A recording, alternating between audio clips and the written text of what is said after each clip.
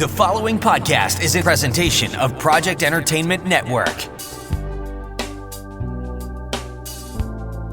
Welcome to the Sample Chapter podcast, the show where authors read a sample chapter from one of their books. Here's your host, Jason A. Meiske. Greetings, my friends. Welcome to episode 142 of the Sample Chapter podcast, the show where authors read a sample chapter from one of their books. Hey, this week we have a very lovely guest coming to us from Canada in Nina Munteanu. She is bringing to us her eco-fiction novel, A Diary in the Age of Water, which is, again, just a lovely book, and you will not believe the magical and hypnotic reading that she is going to do. So make sure you are staying tuned for that, because it is so incredible. Along the way, we're going to be discussing her career as a limnologist and what is a limnologist. We talk about the creator's wavelengths and how they can tune into things. You know, our antennas are set up to pull in signals from the universe and put that down onto paper or into ink or into paint or even song, which was a fascinating conversation. We also discuss the environment as a character flaws, and so many other wonderful serendipitous things, which was also a subject that we talked about. So it's a great conversation, and one you're going to absolutely adore. You're going to love hearing all about Nina, and I invite you to stick around here a few more minutes so that way you can hear that wonderful interview and incredible chapter reading. On a personal note for the show, I do have some pretty exciting news. The InspiredInfluencers.com has listed this show in their author section, which means they consider our show an influencer. If you want to know about authors and their lives and be inspired by their lives and stories, then this is the show to go to. And I can't agree more.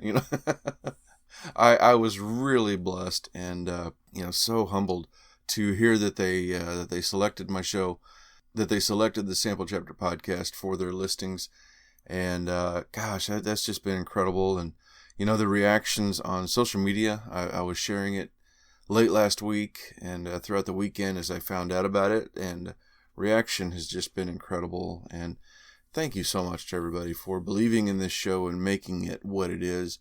Because without these incredible authors who come on and the people like yourselves who are listening right now, that's what makes this show work. And I owe it all to you. Thank you so much. Hey, make sure you are following the show on social media. We are on Facebook, Twitter, and Instagram as just the Sample Chapter Podcast. Very easy to find.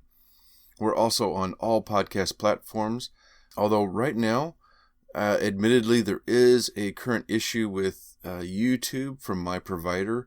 There's some kind of a broken link happening. So last week's episode 141 is not uploaded right now. And as I'm recording this, I don't know if this will go up on YouTube. So I've been doing a little bit of a combination of trying to discover what do I need to do to either directly upload the episodes myself, or hopefully, they get this figured out and the new episodes will go up to YouTube. But nevertheless, everywhere else you go, Amazon Music, iTunes, Stitcher, Spotify, everywhere you go for podcasts, that's where you're going to find this show as well. And of course, you can always go to samplechapterpodcast.com and see the entire listing of back shows, which is pretty cool, I have to admit. I go in there quite frequently myself.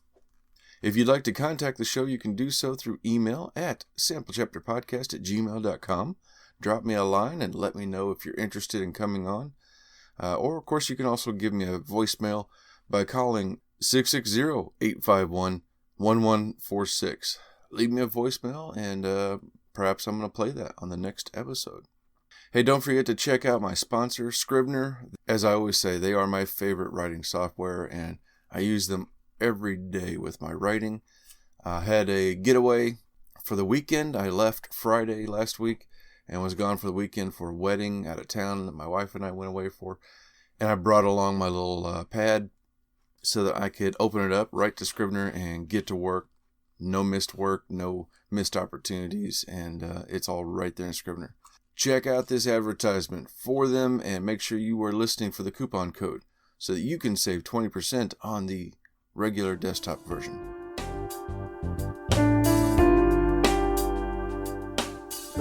Jason here.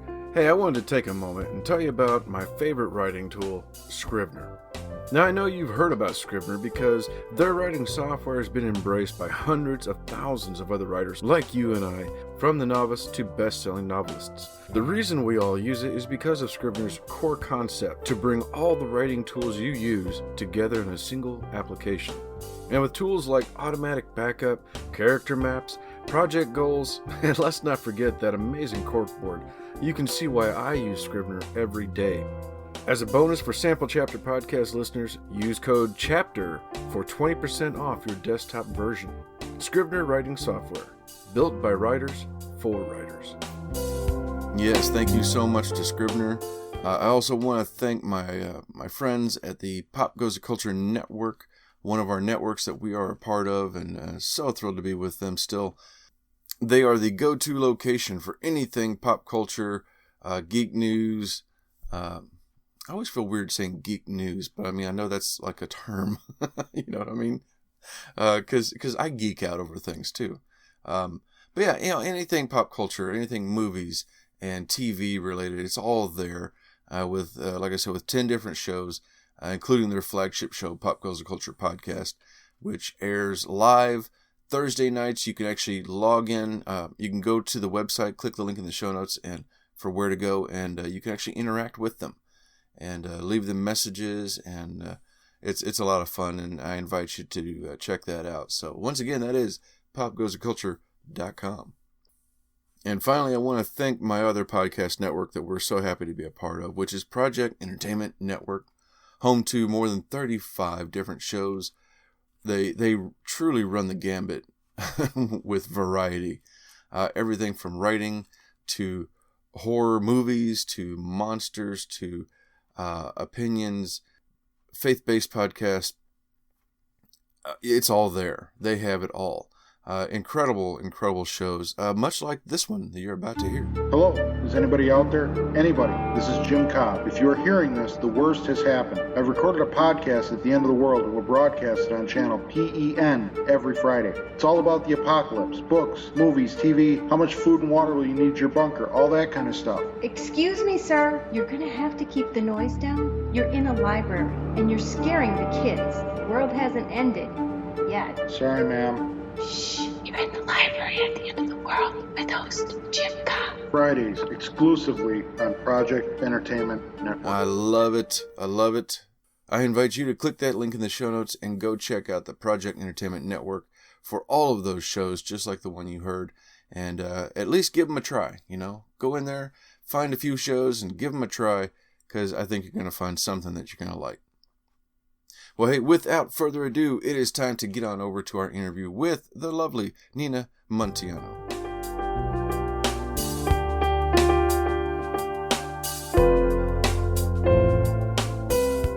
Hello, Sample Chapter listeners. Welcome back to an exciting new episode. This week, we are hitting the woods of Canada once again, talking with Nina Munteanu. Nina is a limnologist, an editor, and teacher with the University of Toronto. She's an award-winning author of over a dozen books in the speculative fiction, sci-fi, and eco-fiction realms. She also offers a slew of writer help books and comes to us today with her latest eco-fiction, A Diary in the Age of Water. Nina, welcome to the show. Happy to be there, Jason. I'm so happy to have you here. I'm so glad that you reached out to me, and this is a first for the show to have eco-fiction, which I think I know what this is, and maybe you could argue that there's been other books, but this is the first time anybody's ever said eco-fiction on the book, so I'm excited. Oh, cool. I like that. I'm the first.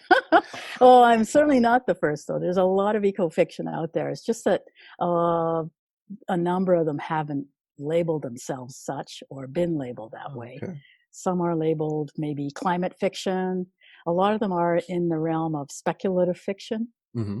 Some of the stuff, for instance, like Margaret Atwood, a fellow Canadian author, who's written a number of wonderful speculative fiction books, and some of them could be under eco-fiction. And there's so many others that are in the literary fiction area.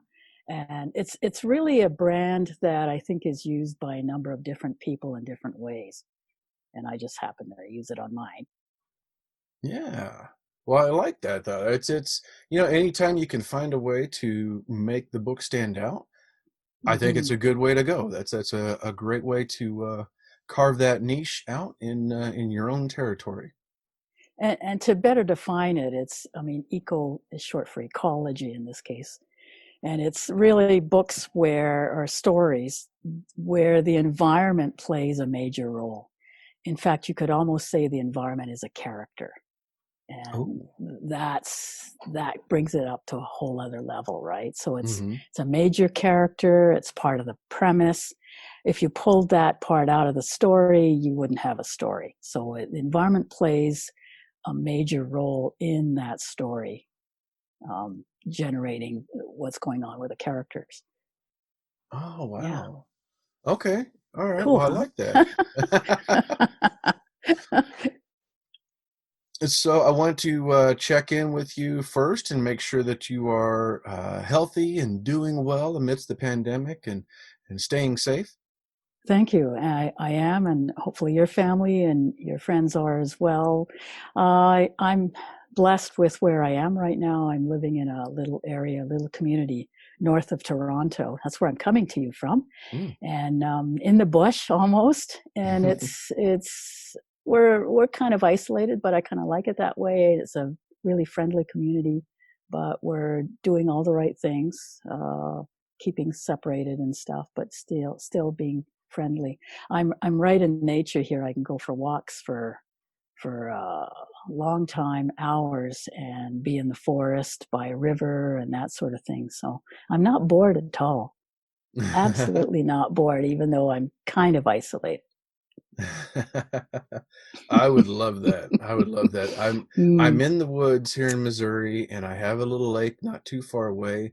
But that's my nice. problem is if I take a break and I go, like say, go fishing for a little bit to kind of clear my head, then that little break becomes 30 minutes and then an hour and then 2 hours. And I know what you mean. I'm on one big break. Exactly. It's so true. It's so true. And then my wife wants to know what I've done with my time all day. Yeah. Well, I should have been working on editing or something. But then you bring back a fish, don't you? I probably should, but I let then them it'd be go. Okay. Yeah, they were too big. You let them go. Yeah, they were just too big to take home. Big. And, Right. Yeah, that's the reason. I'm definitely a storyteller, so it makes me a good fisherman. Yes, you are. So one of the titles that you hold that caught my attention is Limnologist, and I'm interested to hear what that is. Basically, it's someone who studies fresh water, but it's a little more than that because there are other terms people hear: hydrologist or aquatic ecologist or water scientists. A limnologist is really a scientist who takes into account all the different disciplines of science to do with water. So the chemistry of water, the physics of water, and the biology of water. And we even look at the watershed because the watershed, the land use and what's going on around a lake or any kind of water body, because they will impact what's going on with the water. So a limnologist incorporates ecology, all those disciplines, chemistry, physics, and land use and geography and geology and just about everything.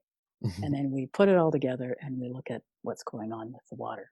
So it's a very holistic kind of science and pursuit. Okay. Well, that's fascinating. Yeah, and I've been using it as an environmental consultant for the past 20 years. I used to work for several consulting firms, and I would go zooming around lakes and and rivers and do water quality assessments, look at the biology, put things together to answer perplexing questions of pollution or impacts or things like that are going on. And I would use what I learned in limnology, in the science of limnology, to make recommendations to first assess what's going on, almost like a doctor. It's like a doctor of water, a water doctor. And then make recommendations as to what should be done. Usually it's some area of management. Okay. And yeah, it's kind of fun. Yeah. So I get to go out into the field.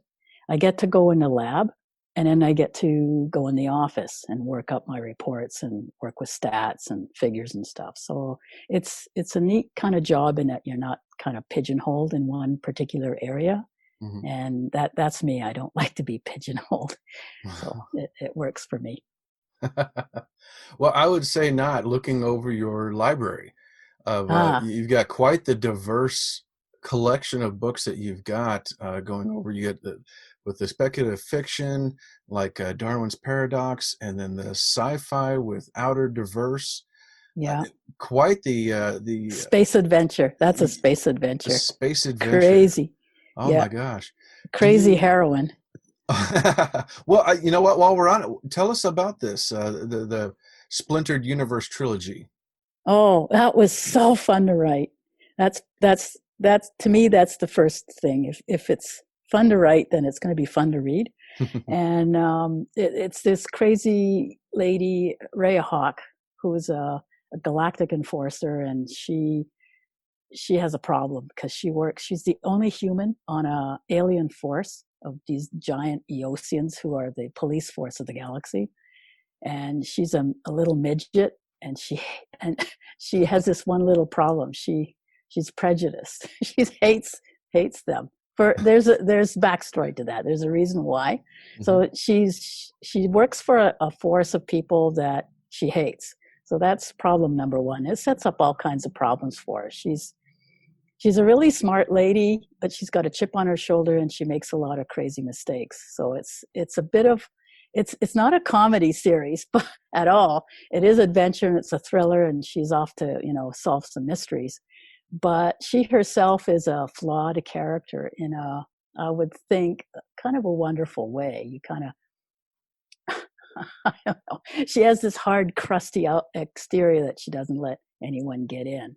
And partly because she's this puny human in a force of, et cetera, and she's had a certain history. So it's a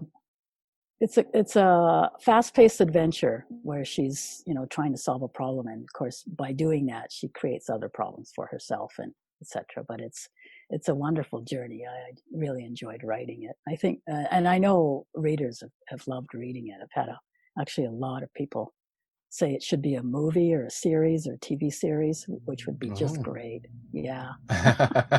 We'll see.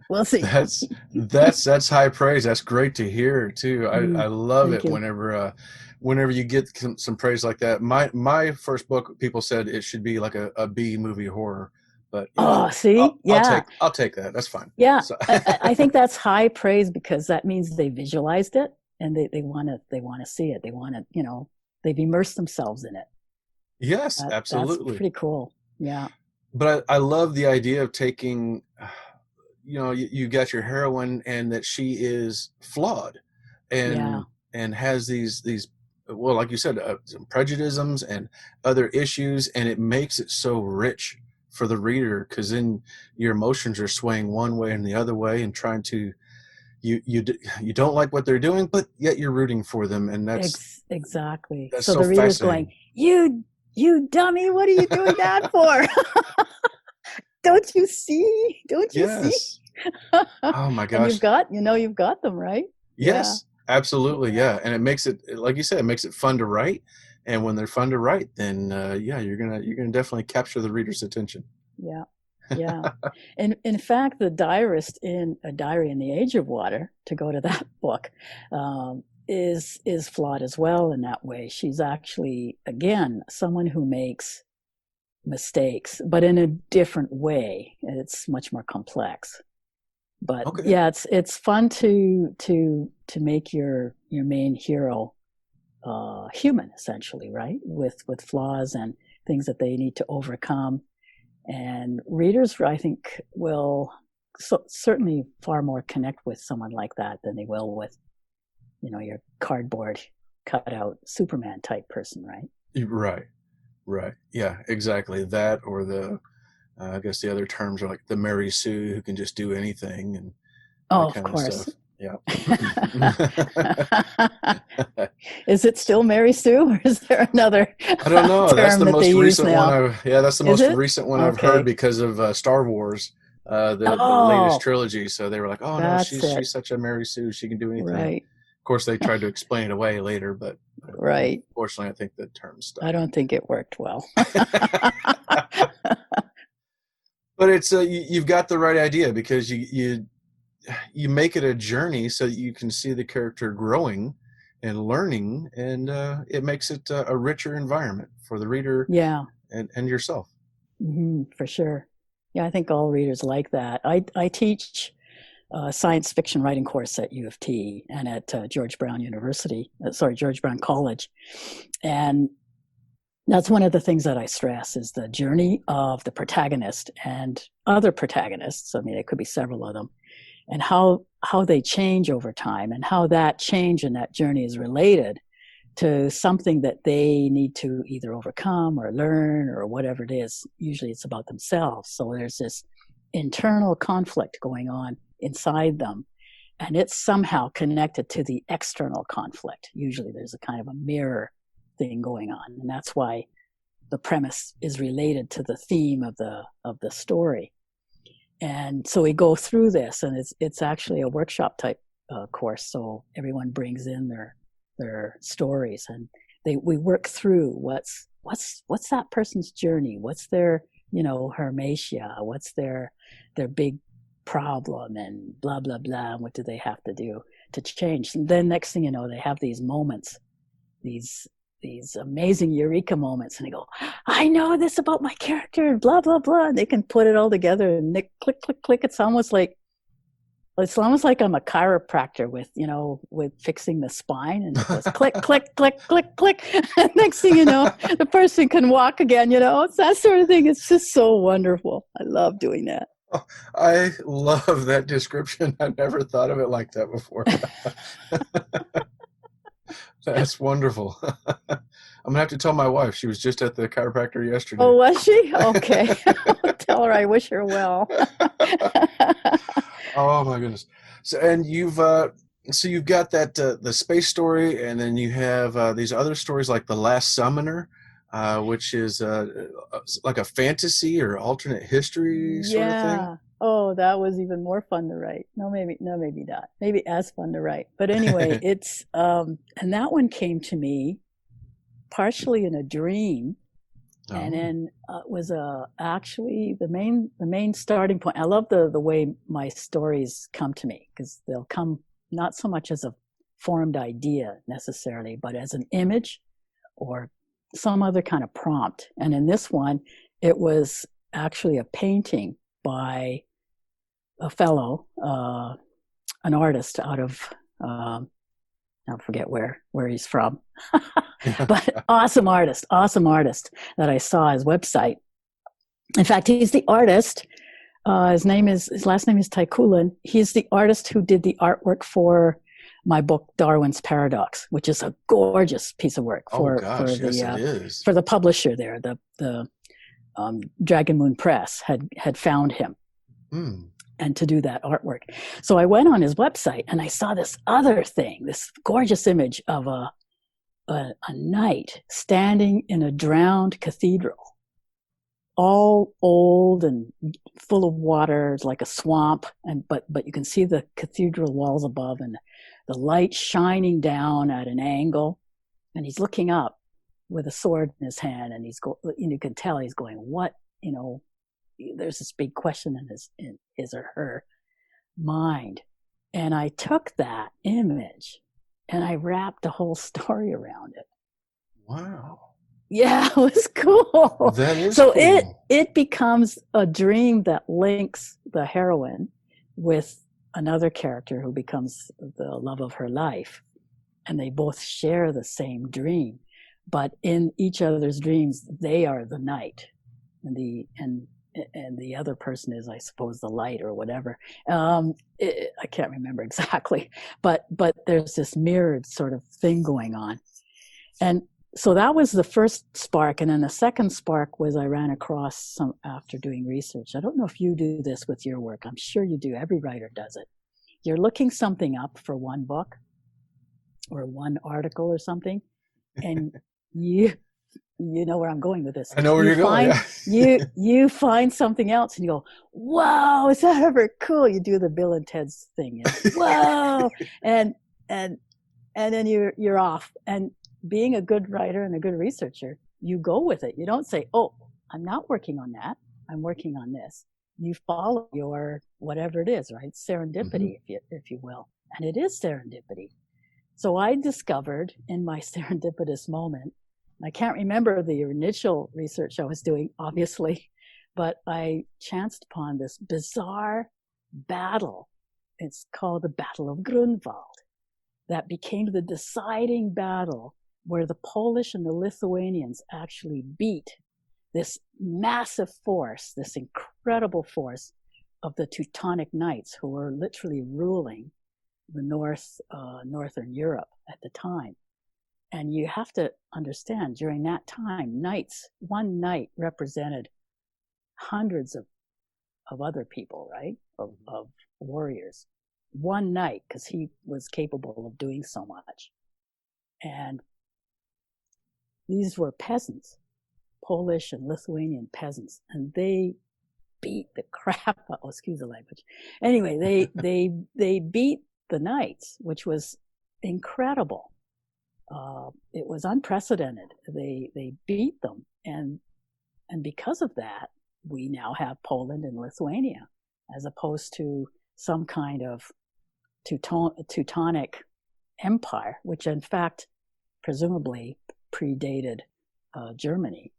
Anyway, wow. To go back to my premise, so I took that and I took the other thing and I created this story around a premise, a ridiculous premise. What if someone could change history? What if the Teutonic Knights did win that battle? What would have happened? And I projected to the future that Nazism would have taken over 100 years earlier, and all of Europe would have been under this kind of Nazi control, because there's reasons for that. There's precedents. I'm not just pulling things out of the air. I did a lot of research into the historical connections. And indeed, the Teutonic Knights did represent that kind of Sonderweg that predated the Nazism, if you will, the exclusionary, Mein Kampf type of stuff. So enter in the heroine who can change history, and I won't go into how she can do it. And she's that knight, and she has a choice to make, and it's all about choices. That book is all about choices and alternative histories. So it was my way of playing with different scenarios of history. And I picked up this awesome book that was all about premises in history. What if? It was all about, in fact, I think it was even called What If? And it was all written by historians about their little favorite spot in history. What if Hitler had been shot by so-and-so? What if, such and such had made that decision in Dieppe to change the First World War? What if, what's his name, Wilhelm the second, the last emperor, didn't get born with a wrinkled up arm, which made him a so-and-so. All these different things in history that could have been changed or prevented by someone changing their mind or someone getting there on time or whatever it is. And then they would project that what if. So they were literally creating all these supposed premises and, alternative histories. So I played with a couple that were related to what I was stringing together. That was a lot of fun. Playing with history. It's, it's a challenge, and it's I know. I think I was bold in doing it, but I think I got away with it, which was great. But I supported it with a lot of extra research. So Wow. I'm very proud of that book. Well, and I have to add to that sometimes the research doesn't even come from searching online. It comes from, well, like for now, for example, an interview, because things that you said struck a nerve with me on a story idea I had 22 years ago that I was mapping out, and then I went nowhere with it. And all of a sudden you said some things that was like, oh my gosh, that's how that'll be Wow. fixed. No way. Really? That's And freaking so awesome. I That's have been great. scribbling down little things, and yeah, I'm adding your book to my wish list so that way I can look into this some more, because yeah, I suddenly know how I'm going to work on another story down the road. But That's excellent. Oh, I'm so happy for you. But that's it. that's exciting. I just love serendipity that way. Everything seems to align in certain ways the way they need to. Don't you find that sometimes? I love when that. Yes. You're working on plotting or something like that, and you just can't figure it out.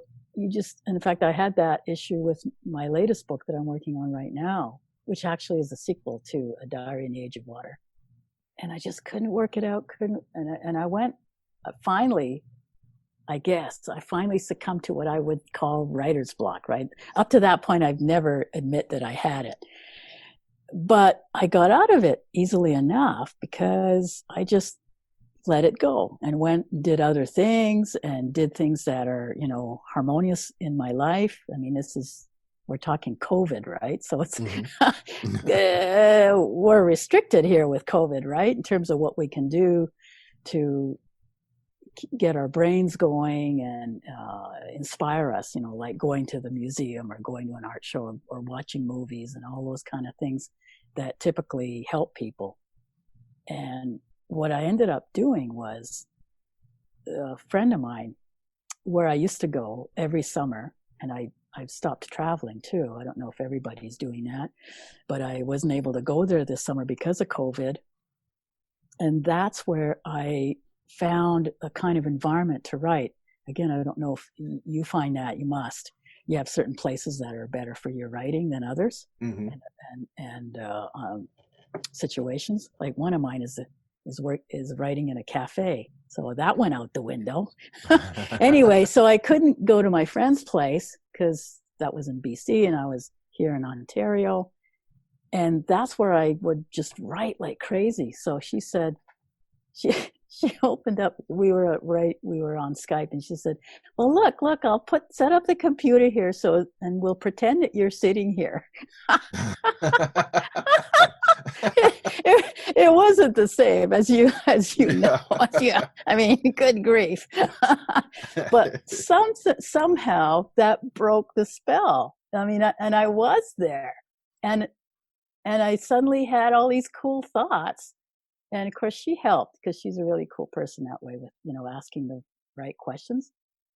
And I just broke through, and the whole thing just like a river breaking through a dam, and I haven't had a problem with coming up with ideas since. Isn't that a crazy story? Oh my but anyway, gosh. it's I think when you let go and you just pursue enjoyment or whatever it is that feeds your soul, it also feeds your muse. And then it's quite neat when that happens. Yes, it is. Oh my gosh. Yeah, I just love those moments when something just out of the ether, out of the universe, whatever, and it's just somebody just says something in passing, and I just look at them, I'm going, why would you say that? Because it's like that was the one thing I was waiting for that made that click in my head. And it's just like now the things are connecting and the electrons are firing in my head, and it's like I know what I'm doing now. It's like there it is. And it's crazy how that works out. I mean,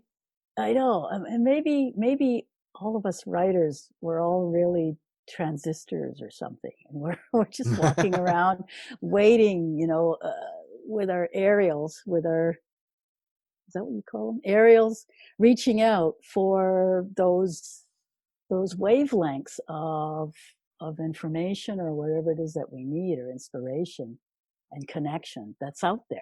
I mean, It's sort of like Jung's creative consciousness or unconsciousness. That's that, and literally enveloping the planet. There's a word for it. Can't recall what it is. An almost physicality to it, where it's part of the air that we breathe, and okay, people are gonna go woo woo. She's going woo woo now. Anyway, but I mean, we're all creatures of frequency and vibration, right? I mean, Einstein said that much, and being akin to that or sensitive to that, and everyone has different sensitivities depending on how connected we are to our senses, can really feel that. And perhaps I would like to suggest that all artists are more connected that way and more sensitive to those wavelengths that are coming at us and we're sending out. And truly, in some level, we are bringing those toward us in I a way agree. that I agree. Yeah. allows us to see more. Yeah, and you call it either the writer's wavelength or the creator's wavelength. It seems to be something that, because the creators see things in a different way, and then transcribe that into their art, whatever that may be. Definitely. So I believe that. Well, I wanted to make sure and just touch real fast, let everybody know that, like I said, you do have a big collection of writer help guides that people really need to check out.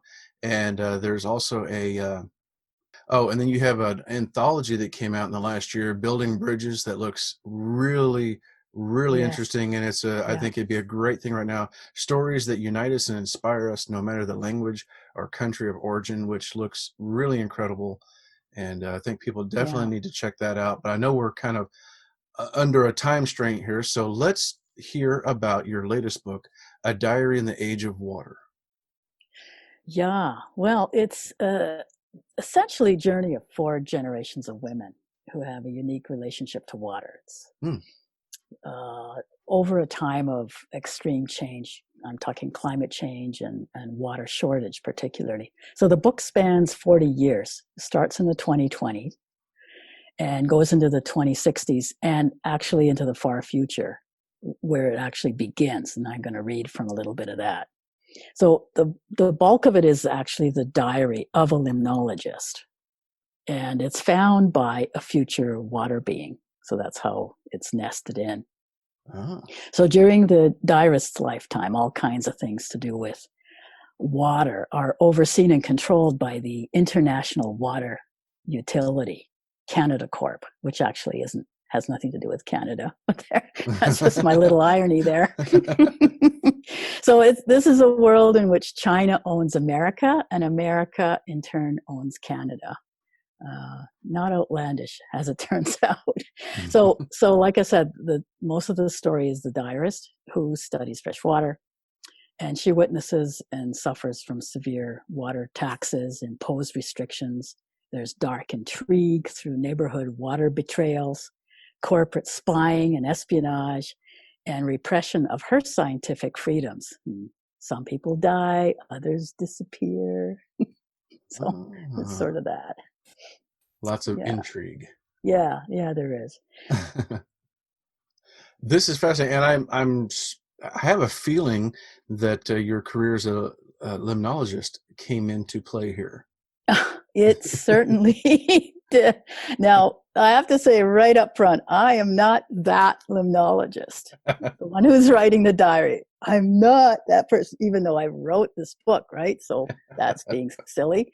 So obviously I'm her, but I'm also the other characters, her daughter, Hildy, and her daughter, and then, of course, the diarist's mother. So I'm all those people. I mean, let's face it, the author is all those people. But yeah, so I did put in a fair bit of what I know in limnology and what I've experienced as a limnologist, and as, like I mentioned before, as someone who works with water and with the community in terms of water management and all those types of things. So the diary part, that comes through in the diary part. The diary part of the book, written by the limnologist, she puts in her entries, every time she puts an entry in, she puts a quote in. And she quotes a quote that is related to what she's going to talk about, right? She uses a bit of irony there. And the quote comes from a textbook that she used when she taught at U of T. And the textbook is by Robert Wetzel. And anyone who's a limnologist out there will understand that's the very best textbook on limnology out there. and so there's this real irony going on. So she disseminates information. She's a real logical person. But like I mentioned before, she's also very flawed. So even though on the one hand, she's very logical and she proselytizes away and says, this should be that, this should be that. In the meantime, she's doing all these other things that she doesn't even realize are really not in sync with what she says, if you know what I mean. She contradicts herself. Okay. In other words, what she says and what she does are two different things. And so she's that kind of a complex character. And she does the interesting part is she doesn't really realize it, but her daughter does. So hence this tension between her and her daughter and her mother and how she relates to her mother, who is a whole other personality. So all these different characteristics of these different people come into play, and there's this tension and pull between them, and then how they in turn relate to water. Of course, she's a limnologist, so she studies water, but her daughter has a different relationship to water. It's more visceral, it's more spiritual. Her mother has a different relationship to water. It's more protected, more of a mother role, more instinctive. And then how they behave and interact with each other all comes through this water metaphor. Well, it's more than metaphor. It's its own character, as I mentioned before. I treat it like a character. And in fact, it is a character. So it comes into play as well in a very subtle way, particularly in the parts of the story that are before and after, which are in the far future with the last character, Kyo. And that's where I'm going to read the beginning of the story. It's going to be with Kyo, a young water being, in fact. Ooh. Oh my goodness. Yeah. Because really, this is the story of humanity, how we're changing, how water's changing, how the planet is changing, and our evolution and the greater evolution of the world. It's all tied in. Oh my gosh. So, yeah, it's this is exciting. I'm really anxious to get over to that. So where can people find and follow you? Follow me and find me. Yes, ma'am. I'm all over the internet. Specifically, I have at least 3 good blogs. The Alien Next Door, that's a whole other story. That matches up with the things we've said before. Then there's one devoted to water and issues of water and this book and other books, The Meaning of Water. And then there's 2 other sites, ninamunteanu.ca, which is all about my writing, and ninamunteanu.me, which is all about my coaching, because I help writers to publish and publish successfully. You can also find me on Amazon, on Goodreads. I have accounts there. In Anna Publications, who is publishing this book. I'm on Twitter, I'm on Facebook, I'm on LinkedIn, I'm on Pinterest, I'm on Goodreads, and of course I have my own little spot on Amazon as well. So I don't know if I left anything out. If you Google my name, like I said before, this was before we started recording, my name is fairly unique.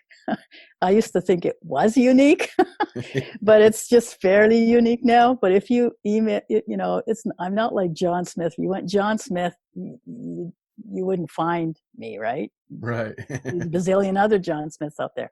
But because I'm Nina Munteanu, you're going to find me right away. So Google me. That's probably the best way to find me, is to Google me.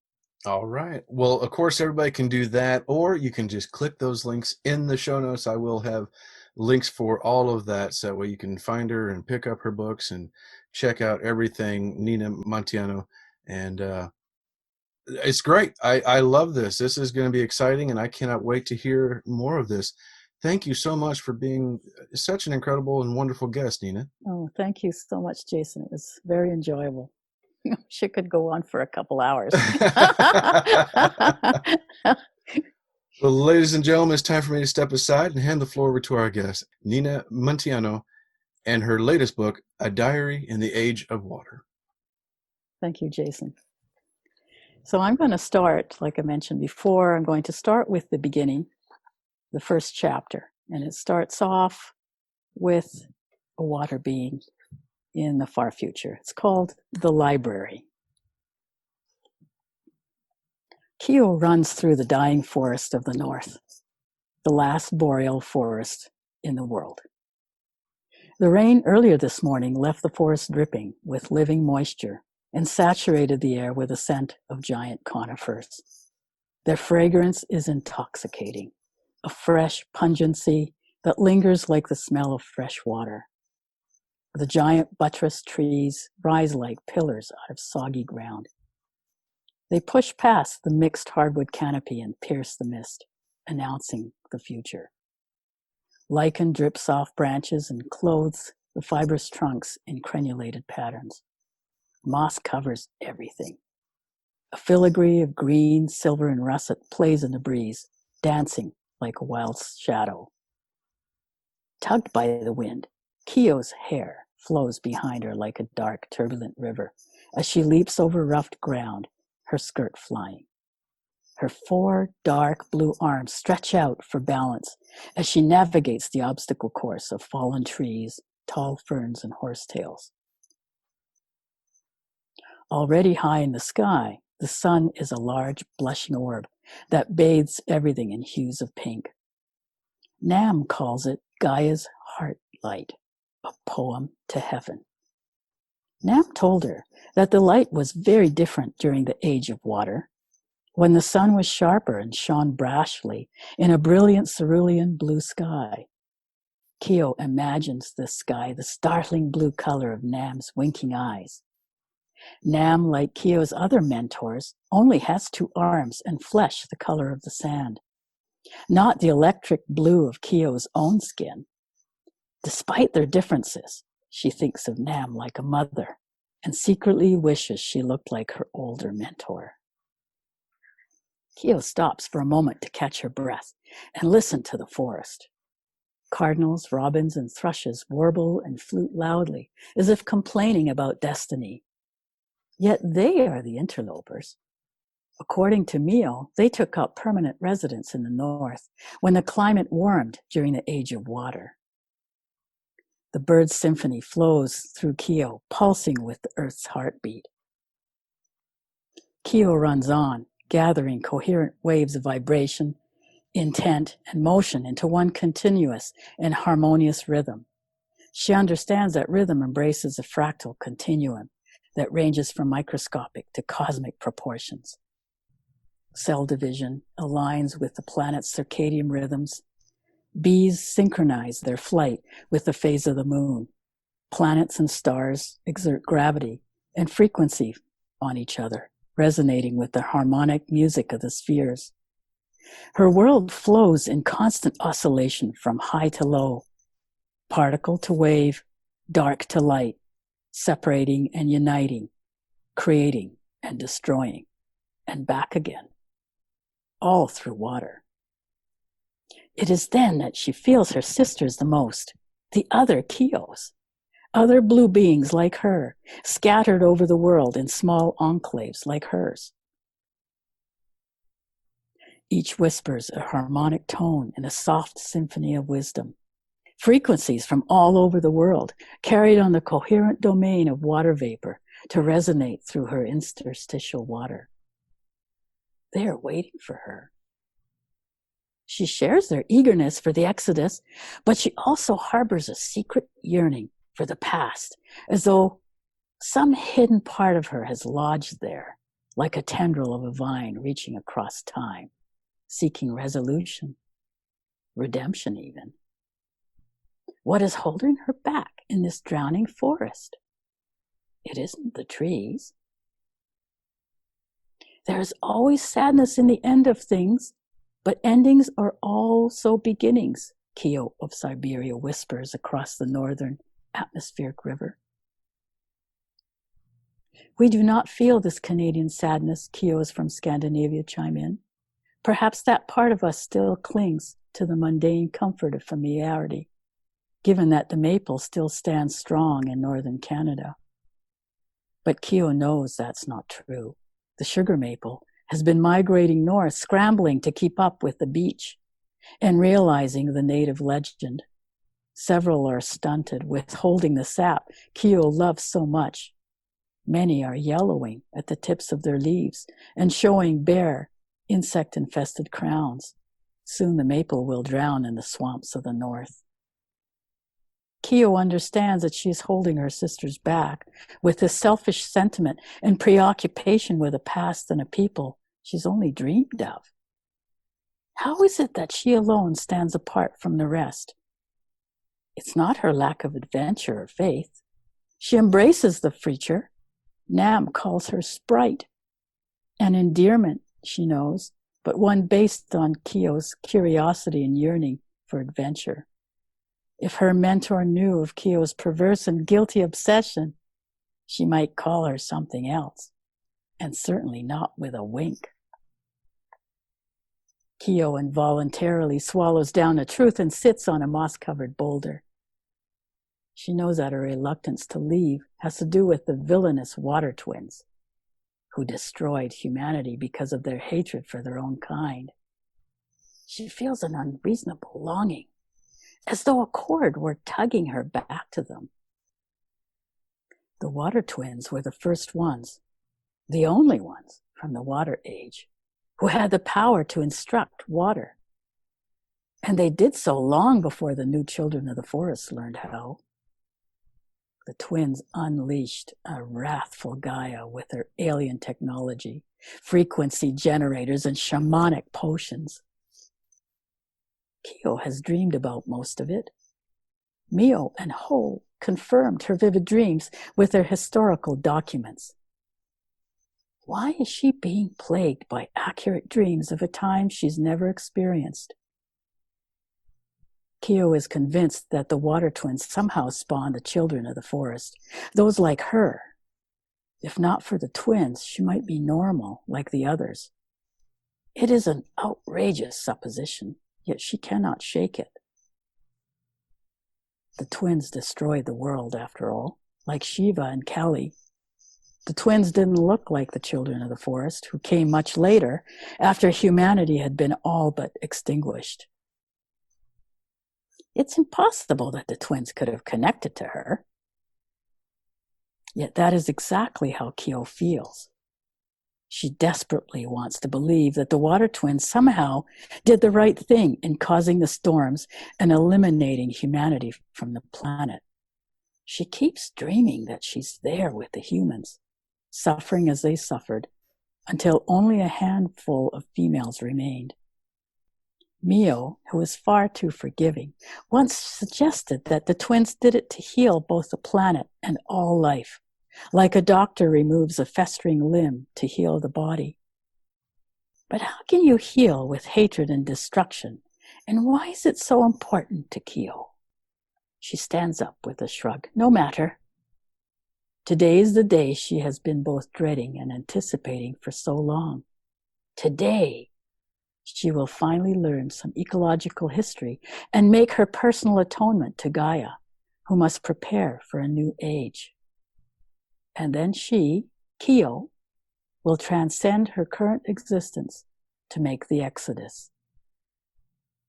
Nam instructed her this morning to go to the Age of Water library in the small beech maple grove for her last lesson. Nam has been like a mentor, like a mother to Kyo, tall and elegant, with wise maternal eyes the color of deep water, and carrying the scent and air of nature. It is time to let go, said her mentor. Time to devote yourself to and fuse your life with the mystic law of water. Time to learn about humanity's legacy, all that humans have learned and done to prepare for their journey with water, a journey that will ultimately take them all home. At the library, Kyo is meant to choose a work, or else be given one by Ho, the librarian. Kyo will then commit it to memory before burning it and offering it to the water-keeping ceremony, which will prepare them all for their final journey. Kyo hopes she will be worthy of her choice. The door of the sacred library beckons through the dying sugar maple stand. It is a solid maple doorway embedded in a hillside covered in shrubs, fern, and moss. It's hardly visible, except to one who knows where to look. Kyo approaches the solid door. She knows which book she wishes to study. It is clearly ambitious. Ho will be cross with her for presuming such an undertaking. The textbook is over 1,000 pages. It will take her at least 6 months to learn it. Confident that she will convince the old librarian, Kyo glances back at the forest of her birth and pulls in a deep breath, committing it to memory.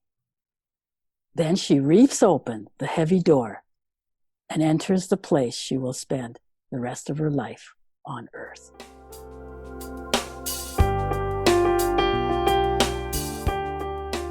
Oh my goodness. That was Nina Munteanu reading, like I said, a magical and hypnotic sample chapter from her newest novel, A Diary in the Age of Water. Make sure you are clicking the link in the show notes for more about Nina and where to follow her on social media, pick up her books, and follow her blogs. Don't forget to also click in there for our sponsor and podcast friends alike, and hit that subscribe button so you don't miss out later this week when we are back with return guest Lucas Mangum. It's going to be our bonus episode for the month. It's going to be coming up soon, so we'll see you again in a few days. Take care, everybody.